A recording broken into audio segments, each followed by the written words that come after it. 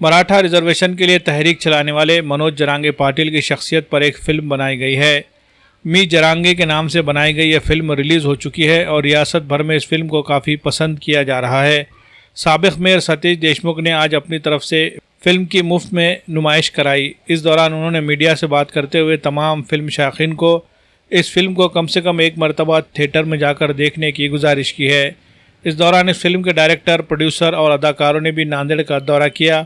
इस मौके पर उन्होंने सहाफ़ियों से बातचीत की। मनोज जरांगे पाटिल के ज़रिए मराठा रिजर्वेशन पर मबनी मी जरांगे एक दिल दहला देने वाली फ़िल्म है। ये फ़िल्म 5 जुलाई से पूरे महाराष्ट्र में नुमाइश के लिए पेश की गई है। इस वक्त सैकड़ों मराठा भाइयों ने जरांगे पाटिल और मराठा रिजर्वेशन के हक़ में नारे लगाए। आम्ही जरांगे हा चित्रपट जो आहे, चित्रपटाची पूर्ण टीम आपल्या नांदेडमध्ये आलेली आहे आणि त्याबद्दल आपल्या सर्वांना निमंत्रित करून आपण त्यांचे सर्वांचं म्हणणं ऐकून घेतलेलं आहे।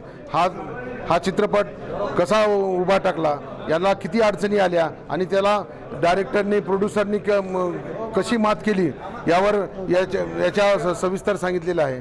आणि या लढ्यामध्ये मनोजदादा जरांगेंनी आपल्या पूर्ण घरदाराला कसं बाजूला ठेवून याला पूर्ण झोकून दिलं आणि हा चित्रपट हा आपल्या सर्व समाज बांधवांनी पाहावा अशी मी त्यांना विनंती करतो। आणि या चित्रपटामधून खरं तर एकीचं दर्शन घडलेलं आहे, त्यामुळे हा चित्रपट सर्व समाज बांधवांनी पाहावा आणि येणाऱ्या 8 तारखेच्या सभेला जास्तीत जास्त समाज बांधवांनी या सभेस यावी अशी आपल्या तर्फे सगळ्यांना विनंती करतो। सर, या चित्रपटामध्ये निर्माते म्हणून तुमची भूमिका काय सांगितली सर, आणि वकील म्हणून तुमची भूमिका आहे?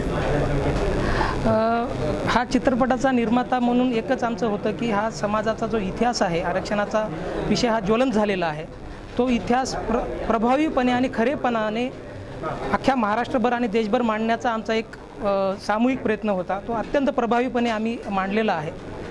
मराठा समाजामध्ये अत्यंत असं धगधगतं आणि मोठा हा आक्रोश मागच्या 50 वर्षापासून त्याची धग आहे, पण त्याची उकल अजूनही राजकीय चष्म्यातून सगळे पाहत असल्यामुळे निघत नाही।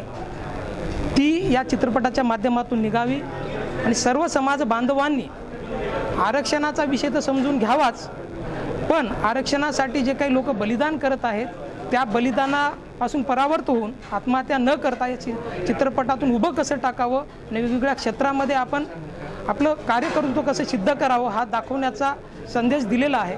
हा चित्रपट सगळ्या समाजातल्या सगळ्या बहुजन समाजांनी पाहावा असाच झालेला आहे। असं नाही की मराठा समाजांनीच हा चित्रपट पाहावा। लढा हा प्रत्येक समाजाचा आहे। कोणी स्वतःसाठी लढतो, कोणी समाजासाठी लढतो।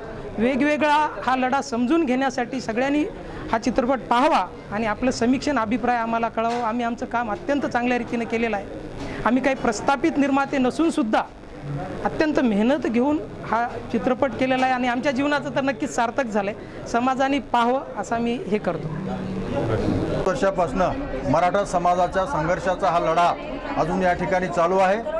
आंतरवाली सराटीपासून सुरू झालेला हा लढा आज रुपेरी पडद्यापर्यंत पोहोचलेला आहे आणि ही एक खूप मोठी संधी आहे। मराठवाड्यातल्या एका संघर्ष योद्ध्याचा हा संघर्ष मराठवाड्यातल्याच एक निर्मात्याने, दिग्दर्शकाने हा रुपेरी पडद्यावर आणला। हा मराठवाड्याच्या मातीचं खूप मोठं भाग्य आहे।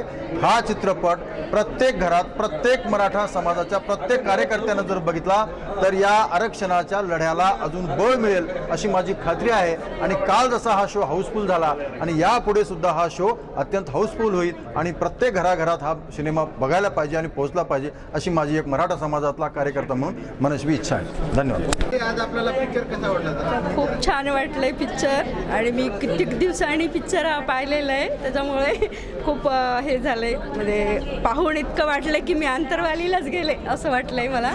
खूप छान वाटलं।